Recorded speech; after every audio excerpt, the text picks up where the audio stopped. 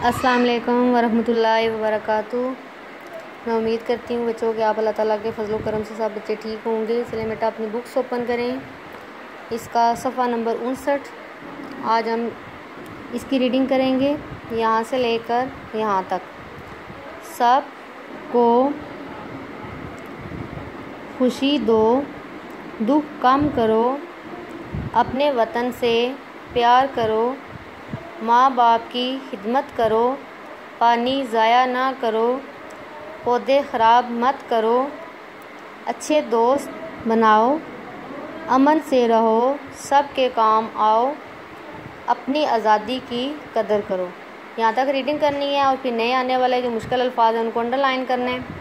खुशी, दुख, वतन, प्यार, माँ बाप, खिदमत, ज़ाया, पानी ख़राब मत, दोस्त, अच्छे, अमन, काम आओ, आज़ादी और कदर। ये करने के बाद सफ़ा नंबर 61 पे आ जाएं। यहाँ पे हमने सवाल नंबर 2 करना है। आज घड़ी पर वक्त ज़ाया करें कि आपने घड़ी पे वक्त बताना है अहमद की रूटीन के बारे में कि अहमद नमाज की तैयारी कब करता है। 4 बजे करता है। तो आपने यहाँ पे ट्रेस करनी है, सुई बनानी है। छोटी सुई 4 पे और बड़ी 12 तक। ये पूरे 4 हो चुके हैं। अहमद नमाज की तैयारी कब करता है? 4 बजे।